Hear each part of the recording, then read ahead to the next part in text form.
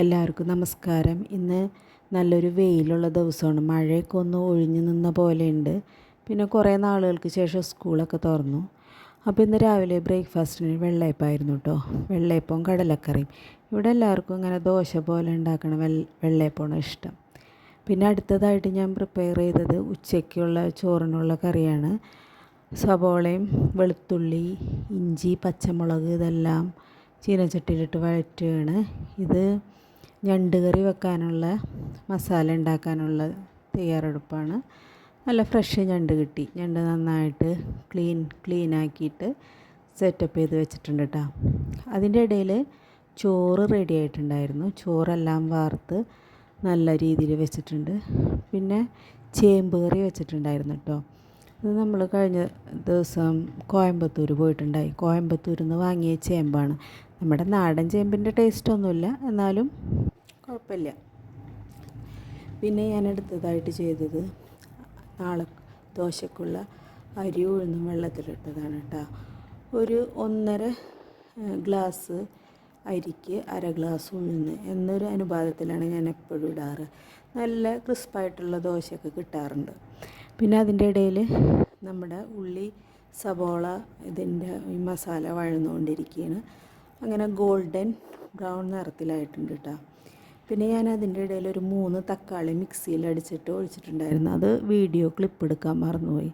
അതിന് ശേഷം മുളക് പൊടി, മല്ലിപ്പൊടി ഇതെല്ലാം ഇട്ട് നന്നായിട്ട് വഴറ്റുന്നുണ്ട് കേട്ടോ. നല്ല പേസ്റ്റ് പോലെ ആവണം.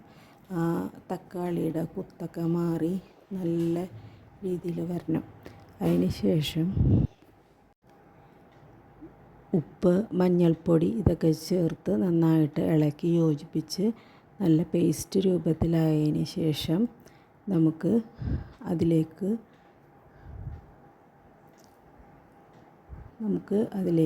ഞണ്ട് ചേർക്കാം. ഞണ്ട് ചേർത്ത് നന്നായി ഇളക്കി യോജിപ്പിച്ചതിന് ശേഷം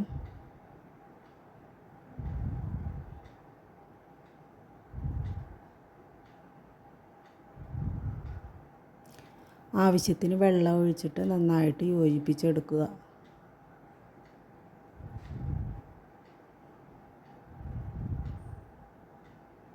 ഇത് നമ്മുടെ ഞണ്ട് കറിയുടെ ലാസ്റ്റ് സ്റ്റേജാണ് കേട്ടോ. നന്നായിട്ടുണ്ടായിരുന്നു.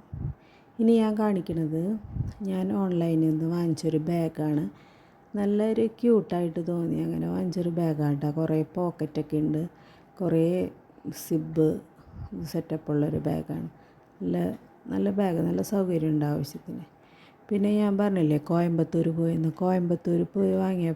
പോയപ്പോൾ വാങ്ങിയ ചുരിദാറാണ് കേട്ടത്. റെഡിമെയ്ഡ് ചുരിദാർ. എനിക്ക് കൂടുതൽ ഇഷ്ടം റെഡിമെയ്ഡ് ചുരിദാറാണ്, ഈ സ്റ്റിച്ച് ചെയ്യണേക്കാളും ഇഷ്ടം. ഇത് ഒരു പലാസോ പാൻറ്റും കോൺട്രാസ്റ്റ് കളർ ഷോളടങ്ങിയൊരു ഇതും പിന്നെ ഒരു മെറ്റീരിയലും വാങ്ങി. ആ മെറ്റീരിയൽ ഒരു മസ്റ്റാർഡ് യെല്ലോയും ഒരു പിങ്കും ഒരു കോമ്പിനേഷൻ കളറ്. കുഴപ്പമില്ല, നല്ല ഭംഗിയുണ്ട് കേട്ടോ. പിന്നെ അതിന് ശേഷം ലഞ്ച് കഴിച്ച് എൻജോയ് ചെയ്തു. എല്ലാവർക്കും ബായ്.